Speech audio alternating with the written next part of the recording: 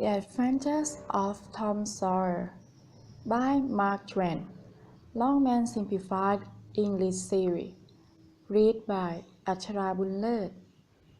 Chapter 20 The Trial of Porter. Tom soon began to wonder why his longed-for holiday was not as exciting as he had hoped. A circus came. After it had gone, the boys had a circus of their own in tents made of old rush. The price of admission was 3 pence for boys and 2 for girls. After 3 days, their circus was given up.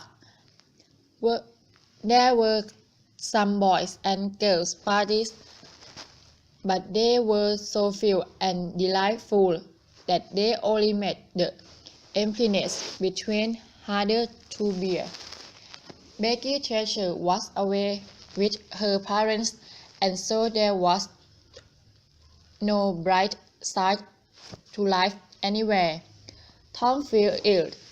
When he had recovered, he wandered down the street and found Jim Hollis acting as judge in a court composed of children.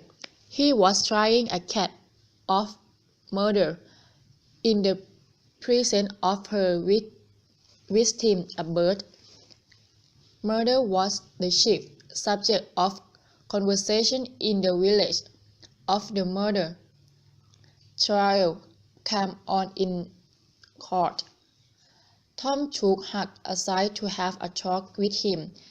It would be a relief to unseal his tongue. Moreover, he wanted to assure himself that Huck had not betrayed the secret. Huck, have you told anybody about it? About what? Who you know? Oh, of course, I haven't. Huck, they couldn't force you to tell, could they? Force me to tell. Why? If I wanted that half-breed devil to kill me, they could force me to help.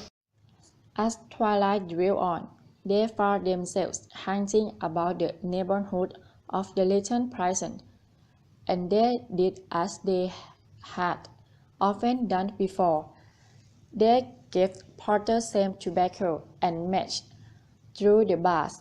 They felt very cowardly and treacherous when Porter said, "You've been very good to me, boys." I often say to myself, I used to melt on the boys' kites and things and show them the best fishing place and befriend them when I could, and now they'd forgotten me when I'm in trouble. But Tom hasn't and Huck hasn't. Shake hands. Yours will come through the bars, but mine's too big.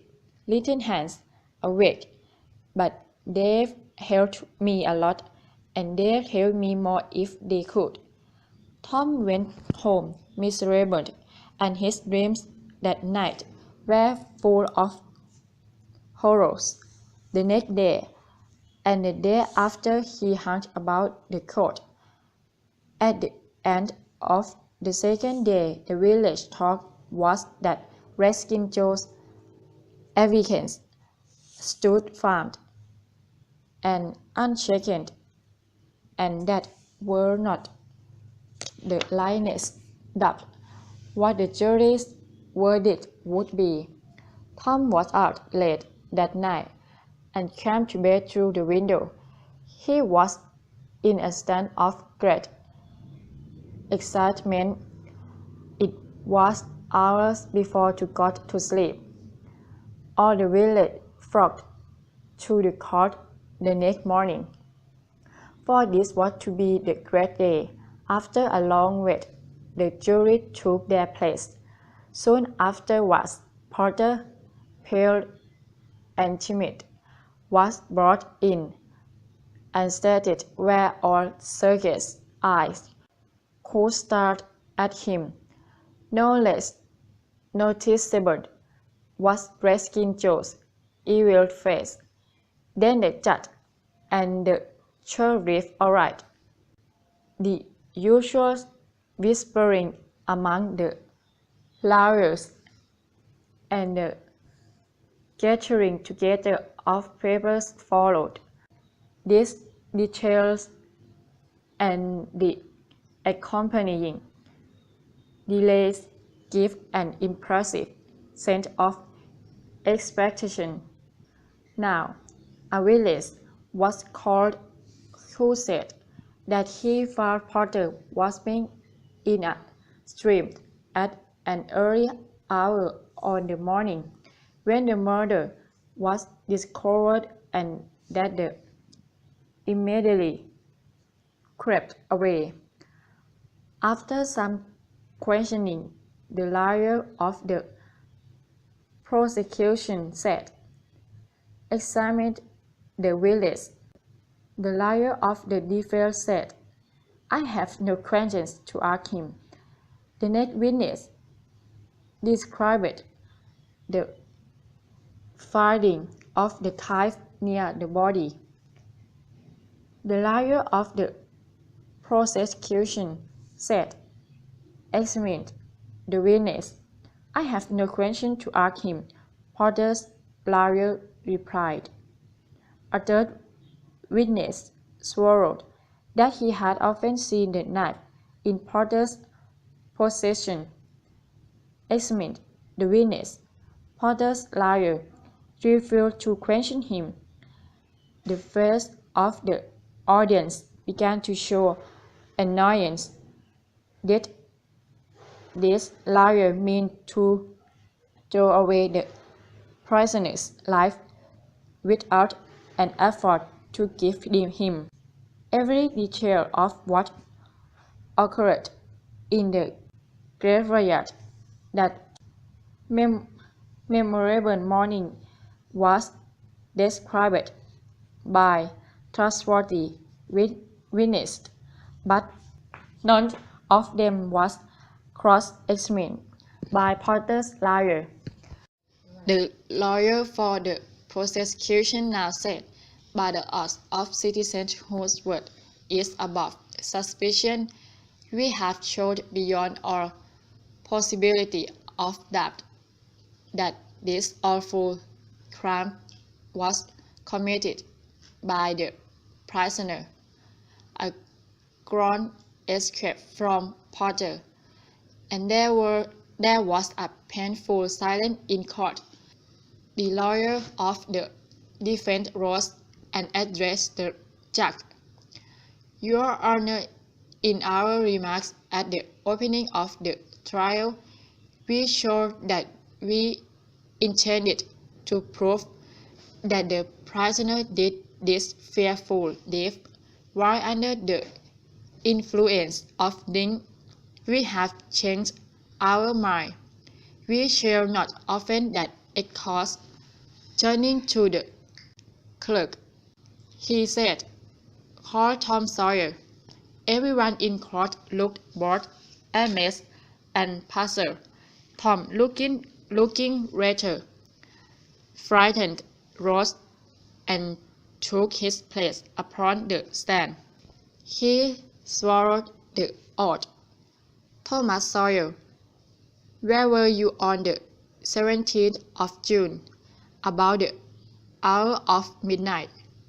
Tom glanced at Breskin Joe's iron face, and his tongue refused to move. The audience listened breathless, but the words would not come. After a few moments, however, the boy got a little of his strength back, and he managed to put enough of it into its voice to make part of the court hear. "In the graveyard. A trifle louder, please. Don't be afraid. You were in the graveyard. A scornful smile played across Redskin Joe's face. Were you anywhere near Horace Williams' grave? Yes, sir. Speak up, a trifle louder. How near were you? As near as I am to you. Were you hidden or not? Hidden where? Behind the trees on the edge of the grave. Redskin Joe gave a slight start. Did you carry anything there with you? Tom hesitated and looked confused. Speak out, my boy. What did you take there? Only a dead cat. There was some laughter with the judge checked. We shall produce and remains of that cat as evidence. Now, my boy, tell us everything that occurred. Tell it in your own way. Don't omit anything, and don't be afraid. Tom began hesitatingly at first, but soon his words flowed more and more easily. With parted lips, an audience listened to his terrible list, and as the doctor brought that board down and Potter failed, Redskin Joe jumped with the knife and crashed as quick as lightning. The half-breed sprang towards a window, tore his way through all who tried to stop him, and was gone. Tom was a hero once more, the pet of the old and the envy of the young. His name was even printed, for the village newspaper reported the part he had played. Tom's days were days of glory, but his nights were seasons of horror. Redskin Joe was present in all his dreams, and always with a fatal gleam in his eye.